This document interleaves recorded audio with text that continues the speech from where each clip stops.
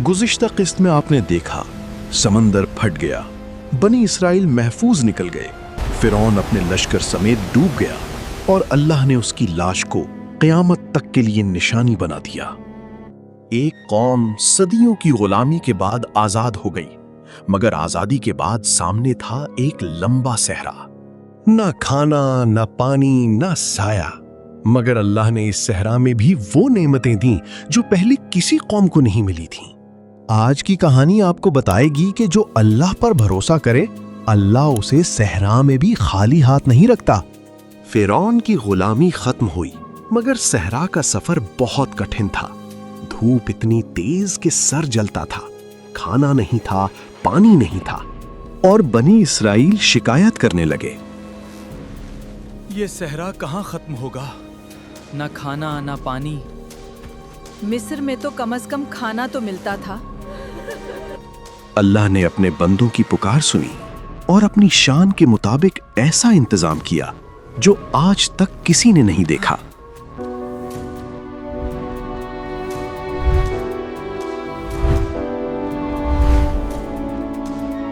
सबसे पहले अल्लाह ने आसमान से बादलों का साया भेजा। वो बादल जहां बनी इसराइल जाते वहां साया करता। जलती धूप में ठंडी छांव थी। ये कोई आम बादल नहीं था, ये अल्लाह की तरफ से खास बादल था जो सिर्फ बनी इसराइल के ऊपर था। और फिर हर सुबह आसमान से एक मीठी चीज उतरती जिसे मन कहते हैं। ये शहद की तरह मीठा था। हर शख्स इतना उठा लेता जितना उसे चाहिए था, ना कम ना ज्यादा, अल्लाह की तरफ से बिल्कुल नापा तुला। और शाम को आसमान से परिंदे उतरते जिन्हें सल्वी कहते हैं।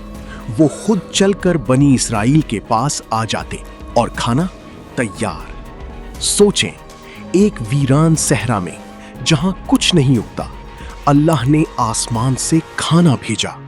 अल्लाह ताला ने फरमाया, सूरत अल-बकरा आयत 57, वदल्ललना अलैकुमुल गमाम व अंज़लना अलैकुमुल मन्न वस्सलवा कुलू मिन तय्यिबाति मा रज़क़नाकुम वमा ज़लमूना वलाकिन कानू अनफुसहुम यज़लिमून।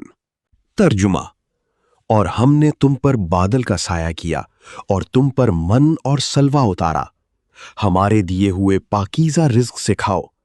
उन्होंने हम पर जुल्म नहीं किया बल्कि अपनी जानों पर जुल्म किया। इमाम इब्ने कसीर रहमहुल्लाह फरमाते हैं, मन एक ऐसी मीठी चीज थी जो सुबह ओस की तरह दरख्तों और पत्थरों पर उतरती थी, और सलवा एक किस्म का परिंदा था जो खुद चल कर आता और जितना चाहते पकड़ लेते।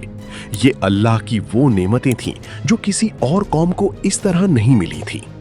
मगर बनी इसराइल ने इन नेमतों की कद्र ना की और शिकायत शुरू कर दी। हम एक ही खाने पर नहीं रह सकते। हमें दाल चाहिए, हमें सब्जी चाहिए, हमें प्याज और लहसुन चाहिए।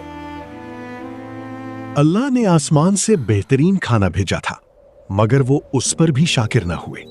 इमाम इब्ने कसीर रहमहुल्लाह फरमाते हैं, ये नाशुक्री बनी इसराइल की सबसे बड़ी कमजोरी थी। अल्लाह ने नेमत दी मगर उन्होंने शुक्र नहीं किया, और जो शुक्र ना करे अल्लाह उससे नेमत छीन लेता है।